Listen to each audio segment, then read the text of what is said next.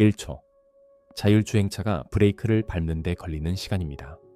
인간은 0.7초가 걸립니다. 이 0.3초의 차이가 매년 전 세계에서 100만 명이 넘는 사람의 목숨을 구할 수 있습니다. 2035년 한국 정부가 목표로 잡은 해입니다. 이때가 되면 새로 팔리는 자동차의 절반 이상이 스스로 운전하는 차가 됩니다. 운전대를 잡지 않아도 되는 세상. 출퇴근 시간에 잠을 자거나 영화를 볼 수 있는 세상. 교통사고라는 단어가 역사책에서나 볼 수 있는 세상. 꿈 같은 이야기입니다. 그런데 이 꿈이 현실이 되면 정말 모든 것이 좋아지기만 할까요? 자율주행차가 도로를 점령하면 벌어지는 일. 사고는 줄어들고 주차장은 사라지고 도시는 완전히 바뀝니다. 하지만 그 과정에서 수백만 명이 일자리를 잃고 해커들은 새로운 무기를 얻게 됩니다. 오늘 아무도 말해주지 않았던 자율주행 시대의 이면을 들여다봅니다. 전 세계 도로에서는 매년 120만 명이 넘는 사람이 교통사고로 목숨을 잃습니다. 한국에서만 해도 2,500명이 넘습니다. 하루에 7명꼴입니다. 그리고 이 사고의 90% 이상이 단 하나의 원인에서 비롯됩니다. 바로 사람입니다. 졸음, 음주, 과속. 기계는 이런 실수를 하지 않습니다. 그래서 전 세계가 자율주행차 개발에 뛰어들었습니다. 글로벌 자율주행차 시장은 2023년 약 200억 달러에서 2030년에는 1,400억 달러 규모로 성장할 것으로 전망됩니다. 7년 만에 7배. 역사상 가장 빠르게 성장하는 산업 중 하나입니다. 한국도 예외가 아닙니다. 2022년 한국은 일본과 독일에 이어 세계에서 세 번째로 레벨 3 자율주행차를 상용화했습니다. 정부는 2027년까지 운전자 개입이 전혀 필요 없는 레벨 4 자율주행차를 도로에 올리겠다고 선언했습니다. 이제 자율주행 시대는 먼 미래가 아닙니다. 당장 몇 년 안에 우리 눈앞에 펼쳐질 현실입니다. 하지만 이 기술이 가져올 변화는 단순히 편리한 이동에서 끝나지 않습니다. 도시의 모습이 바뀌고 수백만 개의 일자리가 사라지고 새로운 범죄가 탄생합니다. 자율주행차가 도로를 점령하면 정확히 무슨 일이 벌어질까요? 자율주행차가 본격적으로 도로에 나서기 시작합니다. 가장 먼저 달라지는 건 출퇴근 풍경입니다. 사람들은 더 이상 운전대를 붙잡고 앞만 노려보지 않습니다. 어떤 사람은 노트북을 펴고 업무를 봅니다. 어떤 사람은 뒷좌석에 누워 잠을 청합니다.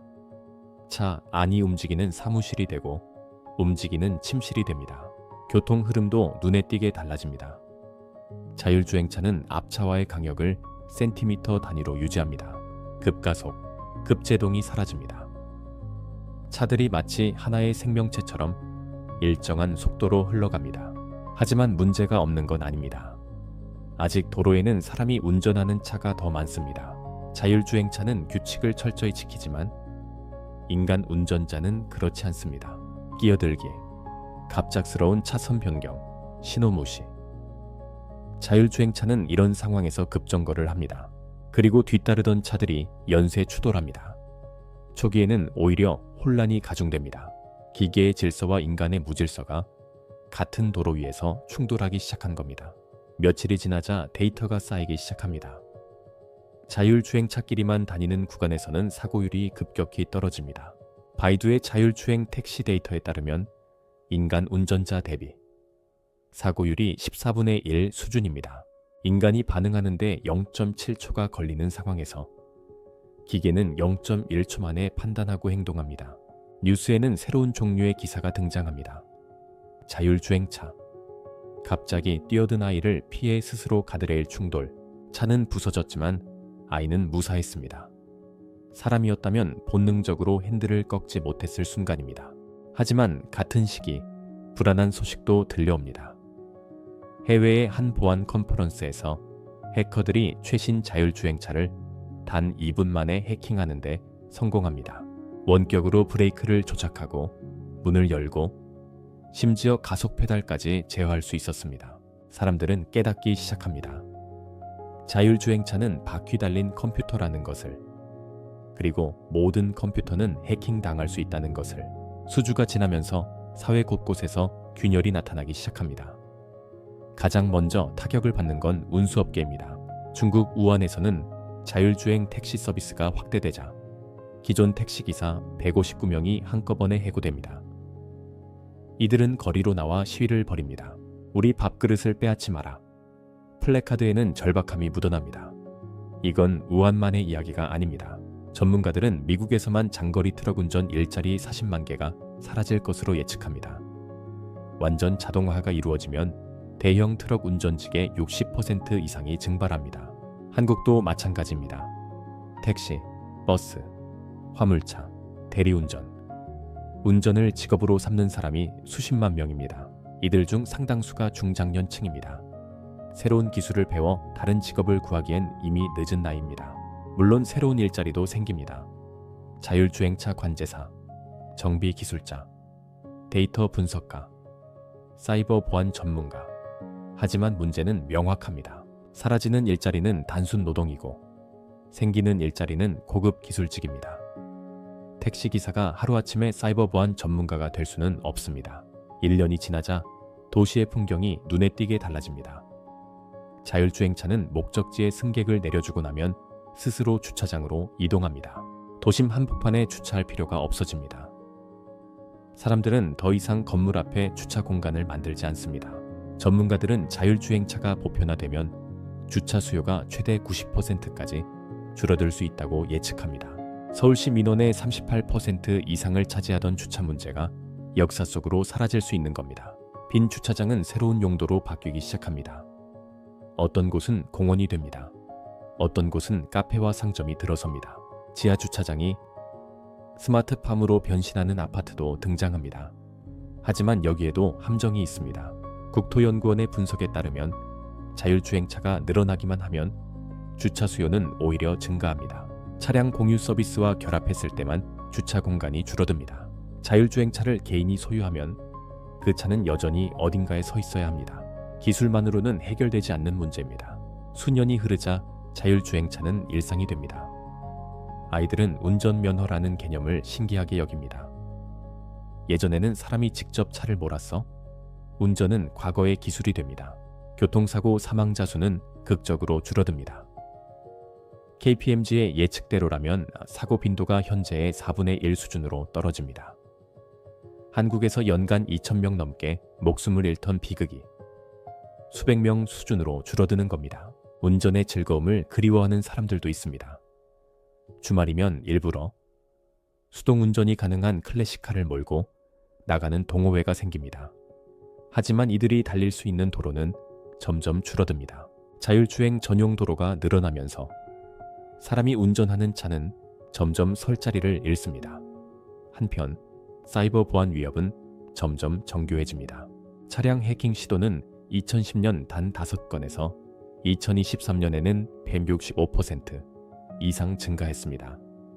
조지아 대학의 연구에 따르면 소수의 해킹된 자율주행차만으로도 맨해튼 전체 교통을 마비시킬 수 있습니다. 자율주행 시대는 분명 도래했습니다. 사고는 줄고 도시는 바뀌고 삶은 편리해졌습니다. 하지만 이건 시작에 불과합니다. 그리고 어느 날 예고 없이 사건이 터집니다. 대도시 한복판에서 수백 대의 자율주행차가 동시에 멈춰 섭니다. 신호등은 정상인데 차들이 움직이지 않습니다. 뒤따르던 차들이 연쇄적으로 정지합니다. 출근 시간, 도심 전체가 거대한 주차장으로 변합니다. 해킹이었습니다. 전문가들의 시뮬레이션에 따르면 도로 위 자율주행차의 단 10%만 해킹해도 도시 전체 교통이 마비됩니다. 조지아 대학 연구팀은 이미 경고한 바 있습니다. 소수의 해킹된 차량이 의도적으로 멈추거나 느리게 움직이면 연쇄 효과로 전체 도로가 정체된다고. 이번에는 차량을 멈추는 것에서 끝났습니다. 하지만 다음에는 어떨까요? 브레이크를 무력화시키면, 고속도로에서 갑자기 급가속을 시키면, 수천 대의 차가 동시에 인도로 돌진하면 자율주행차는 바퀴 달린 무기가 될 수 있습니다. 테러리스트에게 이보다 효율적인 도구는 없습니다. 각국 정부는 뒤늦게 사이버 보안 규제를 강화합니다. 유엔은 자율주행차 보안 관리 시스템을 의무화하고 한국도 2027년부터 모든 신체 적용하기로 합니다. 하지만 이미 도로에 나와 있는 수백만 대의 차량은 어떻게 할 것인가? 보안 업데이트를 거부하는 구형 차량은, 비용 문제로 업그레이드하지 못하는 차량은, 이제 되돌아갈 방법은 없습니다. 자율주행차 없는 세상으로 돌아갈 수 없습니다. 우리는 이 기술과 함께, 그리고 이 기술의 위험과 함께 살아가야 합니다. 수십 년이 흐릅니다. 도로 위에서 사람이 운전하는 차는 거의 사라졌습니다. 운전면허 시험장은 문을 닫고 그 자리에 자율주행차 정비 교육센터가 들어섭니다. 아이들에게 운전이란 시뮬레이션 게임에서나 경험하는 것이 됩니다. 교통사고 사망자는 극적으로 줄었습니다. 한국에서 연간 2,000명이 넘던 사망자가 수백 명 수준으로 떨어졌습니다. 교통사고는 더 이상 일상적인 비극이 아닙니다. 뉴스에 나올 만큼 드문 사건이 됩니다. 하지만 새로운 문제가 등장합니다. 운전이 사라지면서 이동의 자유에 대한 개념이 바뀝니다. 어디로 갈지, 어떤 경로로 갈지를 더 이상 개인이 결정하지 않습니다. 알고리즘이 결정합니다. 시스템이 판단하기에 비효율적인 경로는 선택할 수 없습니다. 차 안에서의 모든 행동이 기록됩니다. 어디를 갔는지, 얼마나 머물렀는지, 누구와 함께 탔는지, 프라이버시라는 개념이 희미해집니다. 움직이는 모든 순간이 데이터가 되고 그 데이터는 누군가의 서버에 저장됩니다. 운수업 종사자 수백만 명은 결국 다른 길을 찾아야 했습니다. 일부는 새로운 기술을 배워 적응했지만 많은 이들은 그러지 못했습니다. 기술 발전의 혜택은 모두에게 균등하게 돌아가지 않았습니다. 자율주행 시대, 더 안전하고 더 편리하고 더 효율적인 세상. 하지만 그 대가로 우리는 무언가를 잃었습니다. 운전대를 잡고 원하는 곳으로 달려가던 자유. 기계가 아닌 내가 선택하는 삶. 기술은 우리에게 많은 것을 주었습니다. 그리고 우리에게서 무언가를 가져갔습니다. 자율주행차가 도로를 점령한 세상. 매년 100만 명이 넘던 교통사고. 사망자가 극적으로 줄었습니다. 도심의 주차장은 공원과 카페로 바뀌었습니다. 출퇴근 시간은 더 이상 고통의 시간이 아닙니다. 사람들은 차 안에서 일하고 쉬고 영화를 봅니다. 하지만 그 이면에는 그림자가 있습니다. 수백만 명의 운전자가 일자리를 잃었습니다. 해커들은 도로 위의 무기를 손에 넣었습니다. 우리의 모든 이동은 기록되고 분석됩니다. 그리고 운전대를 잡고 내가 원하는 곳으로 달려가던 자유는 사라졌습니다. 기술은 언제나 양면을 가지고 있습니다. 자율주행차도 예외가 아닙니다. 더 안전한 세상을 얻는 대신 우리는 통제권의 일부를 기계에게 넘겨주었습니다. 지금 이 순간 당신 앞에는 운전대가 있습니다. 엑셀을 밟으면 차가 나아가고 브레이크를 밟으면 멈춥니다. 핸들을 돌리면 내가 원하는 방향으로 갑니다. 막히는 길을 피해 샛길로 빠지는 것도, 갑자기 마음이 바뀌어 다른 곳으로 가는 것도 내 선택입니다. 너무나 당연해서 한 번도 소중하다고 생각해 본 적 없는 것들입니다. 자율주행 시대는 반드시 옵니다. 그리고 그 시대는 분명 지금보다 더 안전하고 편리할 것입니다. 하지만 모든 변화에는 대가가 따릅니다. 오늘 운전대를 잡고 도로 위를 달릴 때 한 번쯤 생각해 보시기 바랍니다.